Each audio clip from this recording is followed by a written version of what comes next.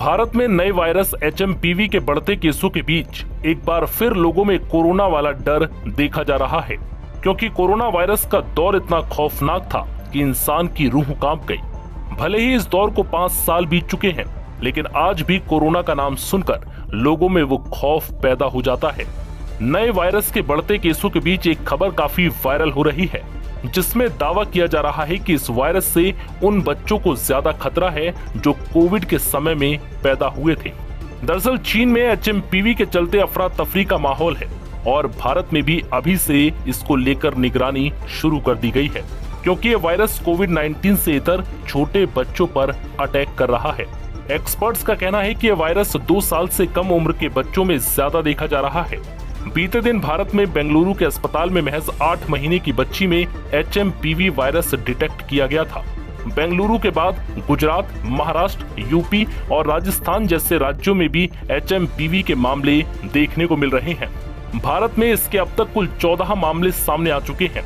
चीन में बच्चों में मिले HMPV के मामलों को ध्यान में रखते हुए भारतीय सशस्त्र बलों के पूर्व field pandemic expert doctor Amitabh Banerjee ने कहा है कि चीन में जो स्थिति इस समय है वो इम्यूनिटी डेप्थ के कारण है, यानी महामारी के दौरान कई बच्चे अपनी शुरुआती महीनों में कई तरह के वायरस के संपर्क में नहीं आ पाए और अब वो इनके खिलाफ इम्यूनिटी के मामले में काफी संवेदनशील है।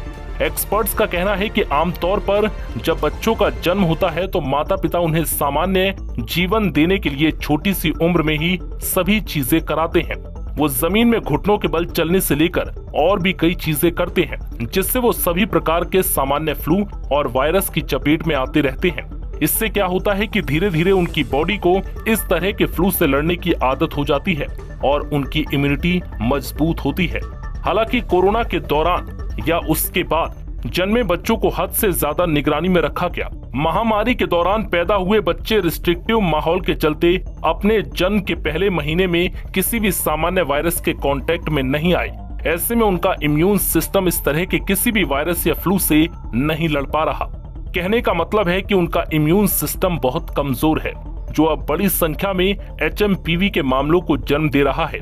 इसे इम्यूनिटी डेप्थ कहते हैं, यानी महामारी के दौरान कई तरह के जो संक्रमण होने बाकी रह गए थे, अब एक तरह से लोग उनका कर्ज चुका रहे हैं। इसके लक्षण सामान्य जुकाम और फ्लू जैसे होते हैं। ये मनुष्यों के फेफड़े और श्वास नली में इन्फेक्शन पैदा करता है, जिसके कारण सामान्य सर्दी या फ्लू जैसा होता है।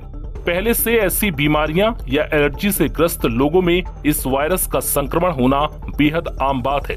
ये बात किसी से छिपी नहीं है कि छोटे बच्चे सर्दी जुकाम जैसी सामान्य बीमारियों की चपेट में जल्दी आ जाते हैं।